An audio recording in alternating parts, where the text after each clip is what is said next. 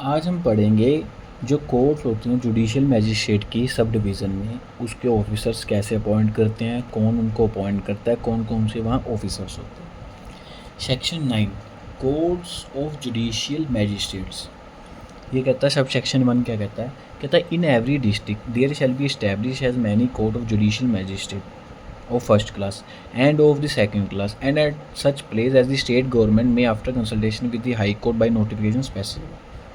ये कहता है कि हर डिस्ट्रिक्ट में कई जो जुडिशियल मजिस्ट्रेट की कोर्ट्स होंगी फर्स्ट क्लास की और सेकंड क्लास की, और जो वो कोर्ट है ना वो स्टेट गवर्नमेंट इस्टेब्लिश करेगी after the consultation with the high court. ठीक है, ये सेक्शन 1 था।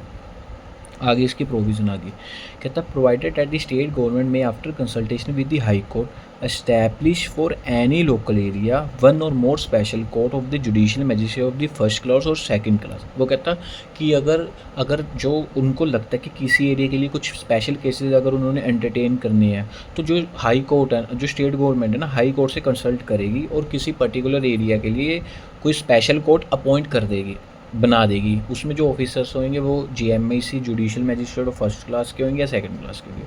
ठीक है, टू ट्राई यानी पर्टिकुलर केस, किसी पर्टिकुलर केस के लिए, और पर्टिकुलर क्लासेस ऑफ केस, मतलब जैसे सपोज करो कोई भी, जैसे कोई पोक्सो का आ गया, कोई भी ऐसा आ गया, उसको तो वैसे सेशन जज करते हैं, बट अगर उनको लगता हुआ, ठीक है, कि अगर किसी पर्टिकुलर केसेस के लिए अपॉइंट मतलब इस्टेब्लिश करनी है और वहाँ पर वो स्पेशल कोर्ट अपॉइंट कर दे, इस्टेब्लिश कर देगी state government after consultation with the high court. ठीक है, and no other court of magistrate in the local area shall have jurisdiction to try any case or classes of the case for trial of which such special court of judicial magistrate has been establish. तो वो कहता है कि अगर जहाँ पर कोई special court appoint establish कर दी और वहाँ ऑफिसर अपॉइंट कर दिए, तो और किसी कोर्ट को वहाँ के जो है पहले से या किसी और कोर्ट को जुडिक्शन नहीं होगा कि वो उस केस को एंटरटेन करे।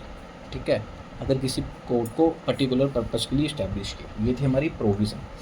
अब आ गया subsection 2 the presiding officers of such courts shall be appointed by the high court. ये वो आ गया कि जो भी वहाँ के जैसे जीएमआईसी हो गए या सेकंड क्लास हो गए, तो इसको हाई कोर्ट अपॉइंट करेगी। ठीक है, तो उसके बाद आ गया सबसेक्शन 3 द हाई कोर्ट में whenever it appear to be expedient और नेसेसरी। ठीक है, confer the power of GMIC और second class on any member of the judicial service of the state functioning as a जज in a civil court. वो कहता है कि जो हाई कोर्ट को लगे ना, तो वो किसी भी जुडिशियल ऑफिसर जो स्टेट सर्विस में है, जो एज ए सिविल कोर्ट में फंक्शनिंग कर रहा है, एज ए जज सिविल कोर्ट में कर रहा है, तो वो उसको पावर कन्फर कर देगी इस एक्ट की पावर। जैसे किसी भी क्रिमिनल जज की या जीएमआईसी की जो पावर है, हाई कोर्ट उसको कन्फर कर देगी जो सिविल कोर्ट में एज ए जज फंक्शनिंग कर। ठीक है, आगे हमारा नेक्स्ट आ गया सेक्शन 10। सेक्शन 10 हमें बताता है कि जो चीफ जुडिशियल मैजिस्ट्रेट और जो एडिशनल चीफ जुडिशियल मैजिस्ट्रेट है उनको कौन अपॉइंट करता है और उनकी कोर्ट्स कहाँ पर होते हैं।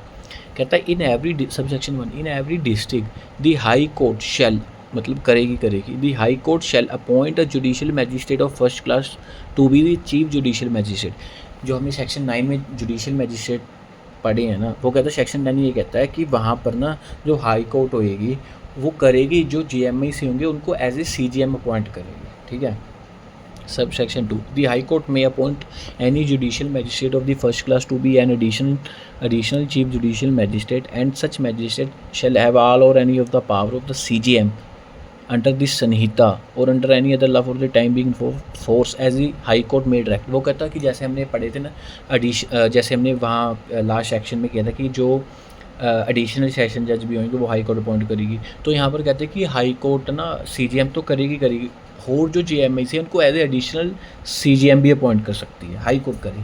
सब section 3 the high court may designate any judicial magistrate of first class in any sub division as a sub division judicial magistrate.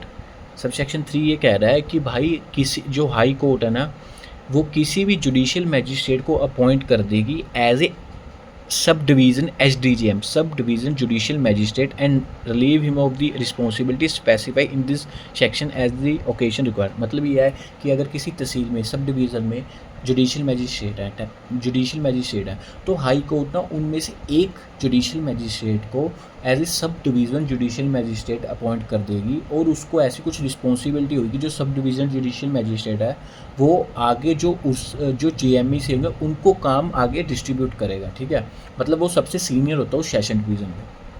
Subsection 4 subject to the general control of the CGM। ठीक है, every subdivision judicial magistrate shall also have and exercise such power of supervision and control over the work of the judicial magistrate other than the additional CGM in the subdivision as the high court may by general or special order specify। वो कहता है कि आप जो CGM है ना, subject to the general control, मतलब जो CGM है सीनियर होगा वो, ठीक है, उसको उसकी कंट्रोल में तो है बाकी जो GMIC हैं।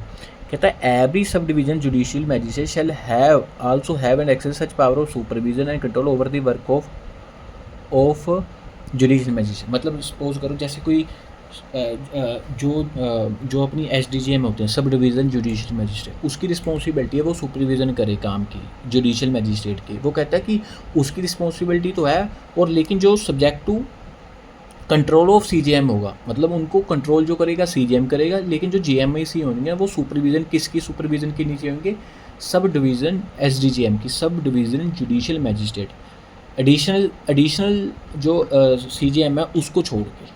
ठीक है, बाकी उसके सारे सुपरविज़न में काम करेंगे। अब आगे आ गए सेक्शन 11।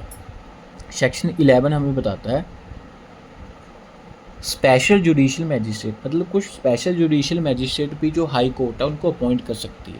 दी हाई कोर्ट में if requested by the central or state government, मतलब ये कहता है स्पेशल जुडिशियल मैजिस्ट्रेट जब भी अपॉइंट हो गए जब उसको हाई कोर्ट जो अगर इसका सेंट्रल या स्टेट गवर्नमेंट को लगता है कि कुछ जुडिशियल मैजिस्ट्रेट्स चाहिए किसी केस को लेके, किसी केस के किसी भी पर्टिकुलर केस के ट्रायल के लिए, तो हाई कोर्ट अपॉइंट कर सकती है।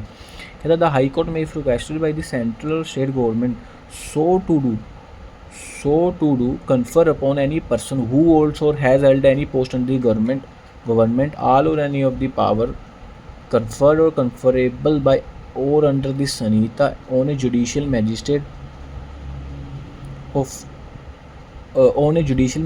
the first class or of the second class in respect of a particular case or particular classes of case in any local। ये वही बात कर रहा है कि किसी भी GMIC ऑफिसर को किसी स्पेशल कोर्ट की पावर जो हाई कोर्ट है वो कन्फर कर सकती है। ठीक है, वो दे सकती है। आगे इसकी provision provided that no such power shall be conferred on a person unless, कहता है उसके लिए ये नहीं है कि हर किसी को दे दी गई पावर, उसके लिए unless he possess such qualification or experience in relation to a legal affairs as a high court may by rule specify। मतलब ये कह रहा है कि आप ये नहीं कि आपने अगर कोई बंदा गवर्नमेंट सर्विस में उसको दे दिया, लेकिन कि उसको आपने जुडिशियल मैजिस्ट्रेट जो स्पेशल मैजिस्ट्रेट है उसकी पावर दे दी, उसके लिए कहते हैं कि आपको हाई कोर्ट ने जो रूल एंड रेगुलेशन बनाया है उसको आपको फॉलो करना पड़ेगा, उसको आपको फुलफिल करना पड़ेगा, तभी होगा। सबसेक्शन 2 कहता such magistrate shall be called special judicial magistrate and shall appoint for such term not exceeding 1 year at a time.